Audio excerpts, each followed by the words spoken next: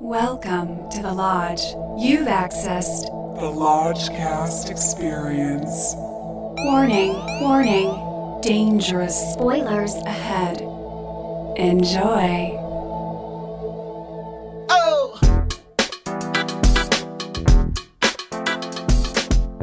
Oh my God, welcome to Hot Takes. Claire Denis Hot Take. I'm your Lodge Master. With me as always is Brother Bishke. Au revoir. No, I don't know. Hi.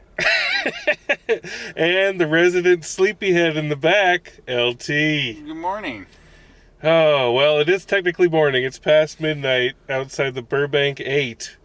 And just got the Red Dragon charged up. And I'll tell you what, I am charged up. Yeah. It's been a while since a movie has blown my face off as much as High Life did. First off, do we have any relationship with Claire Denis? I've seen Beau Travail back in college.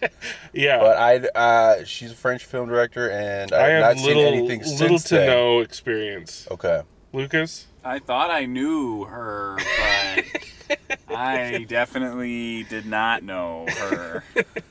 Well, I mean, did any of us know anything going into this? Zero. Pattinson. All I knew knew was Pattinson. in a spacesuit, Yep. and from what I saw, which was literally just a still, like a production still of Pattinson in the spacesuit, I thought it was period. I didn't know it was... I had no clue. I didn't know Yeah. what was up. I thought this was going to be like some sort of heartwarming, I don't know what. Yeah, I mean, I knew it was art house. I knew it was going to be art house, film festival kind of stuff. Because I know, did you guys ever read Film Comment magazine? It's pretty like film festival, like gets a little pretentious. Like this is going to be in their top 5 of the year for sure. Sure. Because this is right up their alley. Like it was on their cover and I was impressed on a Tuesday night how full this theater at was. an AMC theater. Yeah. Wow. AMC Independent.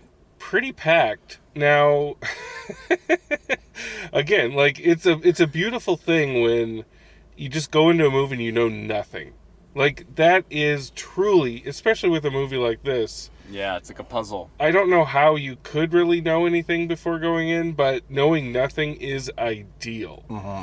Yeah, it's I got to admit that I was taken aback when it opened because it was like the movie Gravity, except if like Sandra Bullock's kid was like a baby crying instead of George Clooney, and it's pretty jarring. I could kind of sense some of the audience members around me bracing themselves because this you're like raising a kid. You're like a single dad. Well, I was really bracing myself because I thought it was a single dad raising a kid for the whole movie. Yes. And I was like 2 hours of this. Oh man. If you are out there and you know probably you're a Twilight fan, and if you now harbor a paperback romance vision of Robert Pattinson kind of carrying a kid around and caring for a baby kind of sweetly, this is your movie. Oh my God. It's like the first like sixth of the movie is Robert Pattinson caring for a young baby. Mm-hmm. And the baby is crying. It's real time. It's something. It's something else. They show him like harvesting carrots that he mashes into puree that he feeds the kid. I really didn't know what we were in man. for. And so after you're just kind of pummeled with Pattinson caring for the child, and I might add, Lucas was asleep during this part. Like you may have noticed how he spoke about the opening of the film. That's all he saw. He was out. I was like a skipping stone across a surreal pond. Did you come back to? I prodded him every time that I thought something was going to go down, and I prodded him all through the movie. God bless you, sir, because I responded to each prod enough to get. I swear to get all right, we'll test you. Spoonful helping. We're going to test you. Craziness. Weigh in on the moments. Now, Lucas, I live a high life. You're now, instead of the resident hothead, you're the resident sleepyhead until you can stay awake through one goddamn movie. Yeah. It's been the past 3 movies now. I know, winter was long and hard. Spring is thawing. No, it's not. And these have been the most These have been the best movies we've seen. Well, yeah, we'll get to it. but these have been the most nutrient filled, I would say. Nutrient rich Yeah. films that you've been dozing off for the entirety of. But it's like a sugar crash. When you eat like a chocolate bar, you get really high and you come down really Pretend this is your job. I know. Okay. No, I know. Because now Bishki and I, other than joking around with you, we have to do all the heavy lifting here. We're after the races here. Let's get back to the race. Okay, we'll get back to beating Lucas down. But you're the resident sleepyhead until you can stay awake through a whole movie. Fair. So, Pattinson's caring for the child. Yes, we get some 16mm flashbacks to children in the woods. Playing with a dog. Swiss Yeah. Daddy Robinson. Yeah, we're getting these glimpses and we're like, oh shit, we're going down the art house rabbit hole here. Yeah. And slowly but surely, I feel the filmmaker gets us into a rhythm where it's more delicious rather than confusing. Because we start to see that shit isn't all hunky-dory on the space flight. This ain't your normal space captain here. No, and there's a lot of dead bodies around. Yeah. Yeah, that's when you know that there's something amiss, is when he's like doing a routine maintenance check and he like comes into the like locker room and there's this beat where he just stares at like these empty spacesuits. And it's like before you even see the bodies. Yeah. And it's kind of like, where are all the people? Yeah, where is everybody? Yeah, it's like you're starting to ask yourself. And what so then happened? we methodically see him put all the dead bodies in their spacesuits. He drops them all out of the ship, and then they're all floating there. This is maybe 20 minutes into the movie, and then we get the opening title. Yeah. As the bodies are floating around. So at that point, I'm like, okay, this is fucked up. Yes. And we're in the right place. The performances in this movie are all over the place. Like, there's a lot of different languages going on. What do we think of Pattinson?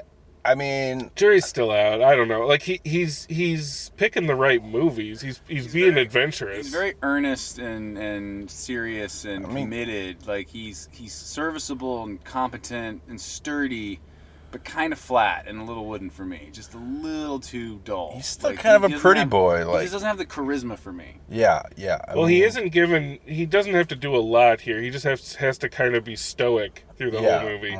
But the performances are all over the place. He's swallowing his accent, which I don't think is a good move. Like, just let him have his accent, you know? Because you can hear when that Britishness is bubbling up through different words, you know? Yeah. Like space program. So we start getting flashbacks of when the crew was alive. And Well, we get a flashback on a train, yes. and we find out the crew are prisoners that were put up as guinea pigs into space for some mission. We don't really And they're know. flying towards a black hole. They're flying towards a black Which is hole. cool because this movie released around the same time as that picture of the black hole was released. So Kind of nailed it. nice timing, guys. So the music is crazy. It is like Angelo Badalamenti got shot into space. Maybe it is him. I don't know. Yeah. But it's Highfalutin. It's real highfalutin. But basically, what the movie settles into is focusing on kind of the sexual dynamics between all of the inhabitants of this spaceship, and specifically Juliette Binoche, who they refer to as the shaman of Sperm. Yes. Because she is obsessed with breeding on this pleasure cruise, and she's constantly collecting semen samples from the gentlemen on the spacecraft. Yeah, but not intercourse breeding. Like, No. You collect the sperm. And then she gives them a drug. Inception, yeah. Yeah, it's like a And trade-off. insemination. And the insemination hasn't been working because the radiation levels are off. And somewhere along the line, am I missing anything so far? Not too much. I mean, I did have an issue with, and, you know, she's French, so whatever, but... Her American accent? No, not Binoche. No, I was just going to say the overall plot of these prisoners in space. Like, So they're on this mission, just in terms of plausibility. They're on this mission. Plausibility. All right. Okay, so they're on this mission into space, and they're prisoners on a suicide mission. Like, how do you get them to behave towards the mission and what the mission was? I mean, I don't need like full-on plausibility with kind of an art house film like this, but I think they would have just been, you know, roustabouts and not necessarily prisoners, but they wanted them all to have like a tragic, dangerous backstory. Yeah. So which is an interesting concept, like definitely an interesting premise. But yeah, they would have, because in space you always get these kind of, you know, perfect human beings that go up into space. It's good to have some dirtiness up there. Yeah. No, I agree with you, but that again, that's not what's on this movie's mind. This movie. Well, I mean, what is on this movie's mind? Okay. This movie, Sperm is on this movie's mind. Yes, Sperm is on this movie's mind. Yes. It's all about sperm and sexual violence. Listen, I have to invoke the salad dragon here.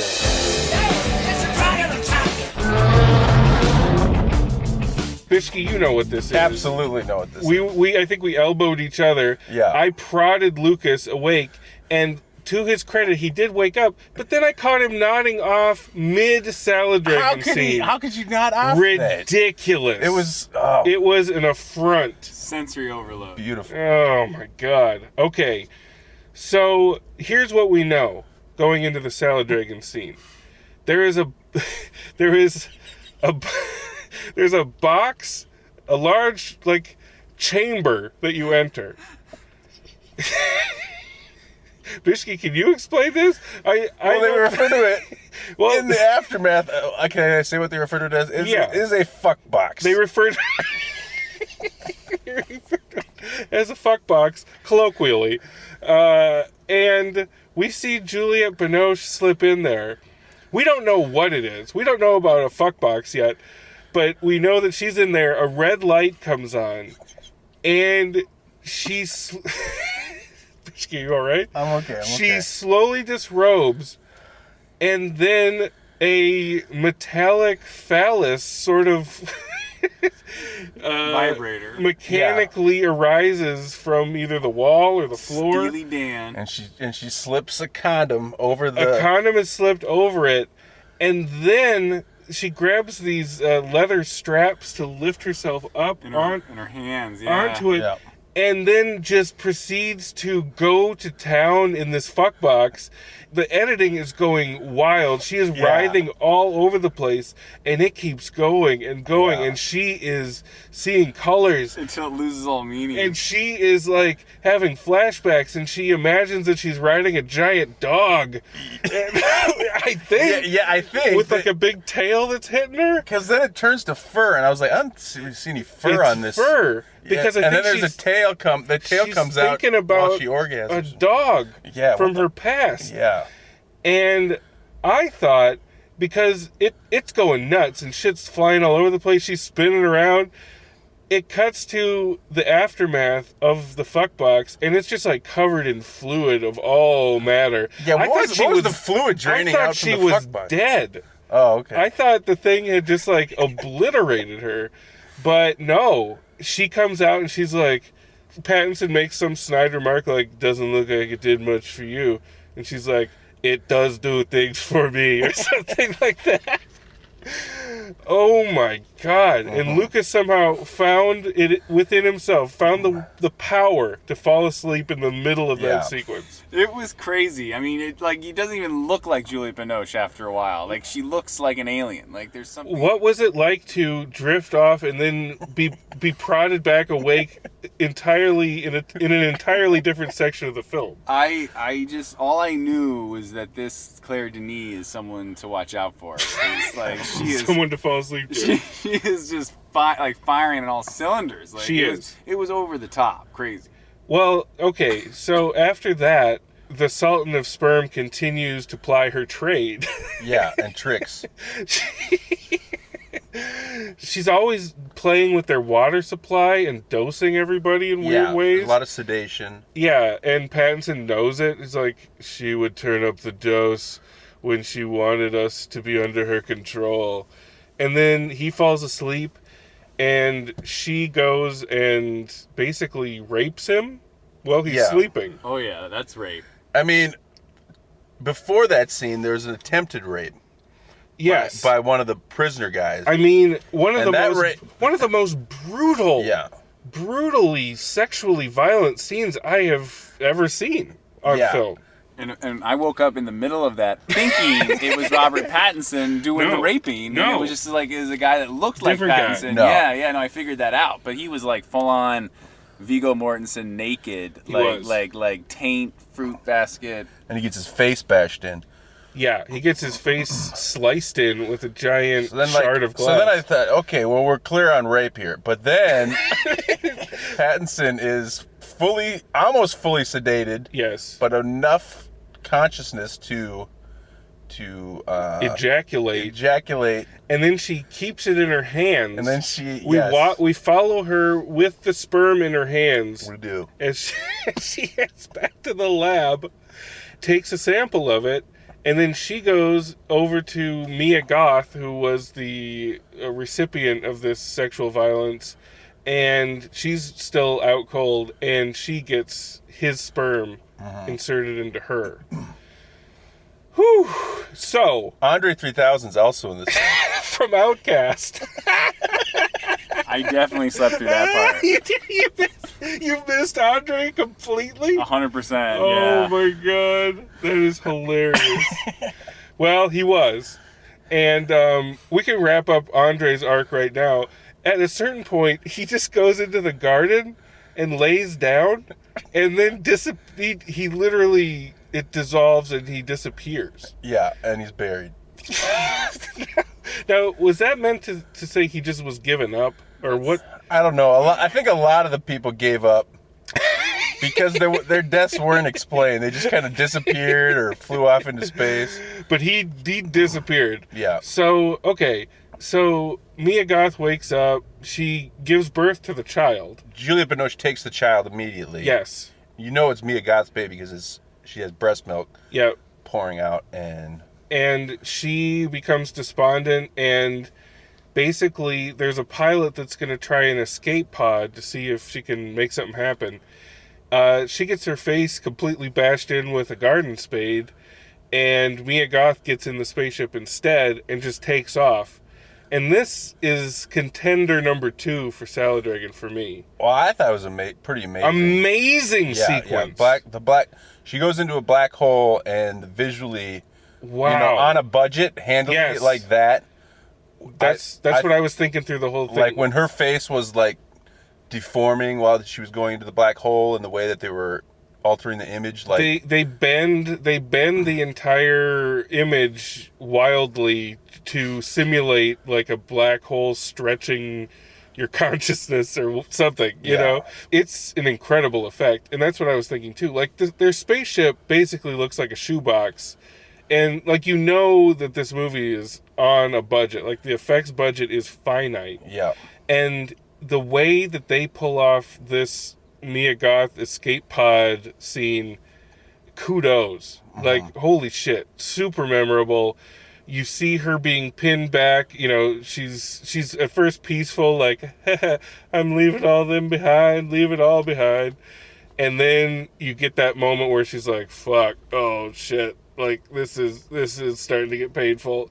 And then her face just kind of explodes. Liquefies. Yeah, liquefies. And you get that tomato in a sack crush sound effect where it's just like incredible visuals. Yeah. So then what? I mean, we're flashing back and forth. It's all over the place. And then we flash forward, and we learn the baby girl. I was very confused at first in this sequence, but the baby girl has grown up into an adolescent girl. We flash forward. And she has her first period or something. You think it's like a girl just like. I was like, where's this girl been the whole time? And then you realize it's Pattinson's daughter. But she's kind of, you don't know it's her at first, so you think that she's flirting with him and they're flirting with each other. Yeah. But it's really a father-daughter. Because they're in bed together, yeah. And then she goes, but then menstrual blood. There's the next fluid. There's so much fluid. Oh yeah, the fuck box. Back to the fuck box for a minute. There's always fluid draining out of it, and It's like a milk that comes out of the fuck box. Well, some of it's like, who knows, man? I don't know what. Or they're cleaning it. I don't know. It's a cleaning solution mixed with bodily fluid. Yeah, there's like a car wash thing that comes down on the dildo. Yeah, so shit continues on, man. And he and his daughter fly into a black hole. What else do you want? This movie is insane. Yeah, the last. So then, like, some people die. Yeah, Andre 3000 disappears. Andre 3000 disappears. Lucas was none the wiser. But a lot of it, though, when I would regain consciousness, especially with what you were describing, I would get bits and pieces of it. For me, just coming to in that environment was very hostile and unpleasant. It was very intense. Yes. Like I don't think you noticed, but I was fidgeting a lot. A, because I had to go to the bathroom, but also B, it was just uncomfortable. It definitely had this tension, this like really bad vibe, like under your skin. Yeah, like, it's like disturbing. Button pushing. It's like, pretty nihilistic. Like, I mean, they're all going on a suicide mission, so it's got to be. But and from the start, it's a suicide mission. yeah, The guy on the train is like, they're already so many years away. We'll be dust before, whatever. yeah. It is dark. It's just dark. It's bleak. Yeah. But Well, then they do come to another ship that they think might have people on it. Oh, that's true. Yes. But this then there's dogs. That was one of the creepiest scenes I've seen in a movie in recent memory, where another ship just kind of floats by. He's like, I gotta go check it out. Maybe there's people on there that can... The dialogue is delivered in such a fucking strange way. This is actual delivery of Robert Pattinson dialogue. We have to go look to see if there's anybody else on board. That's the pace you're talking about. He's like, and the girl's like, why? We have everything we need. And okay, so the girl, all right, I had problems. I mean, Sure. because The acting's all over the you're place. dealing with a situation where a girl grows up in isolation on this, and she's acting like a normal American or British teenager. Like, she's kind of pissed off at her dad. Yeah. I think they just should have stuck with the baby. Like, don't. All right. I don't know. That was that last section I had in there. Mr. Plausibility stickler over here. I'm sorry. I mean, if you're That's not what this movie is. No, dude. I know. Don't get me wrong. The fluids had right. me engaged. Okay. All right. Well, listen. Let's go to dem space bone.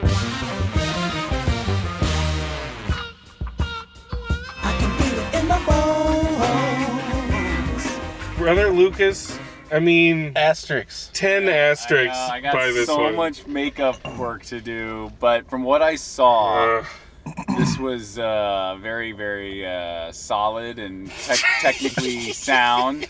So I got to go with 2.5 bones, but I'm sure it could go up from there. But when you actually see it, you mean? But yes, but it reminded me. I mean, this might be a weird callback. Here we go. Kind of reminded me of Event Horizon in that bad, Yes! in that bad vibe kind of way, because there was violence, and I would wake up and, like there'd be a girl restrained, getting like assaulted, and it's just so It was over. very it's so Event real. Horizon. It's very like, I don't know, just palpable. It was like Event Horizon for the art house. Yeah. Yeah, meets Solaris or something. Yes, very astute. I'm proud of you again. Brother Bishke, what do you got?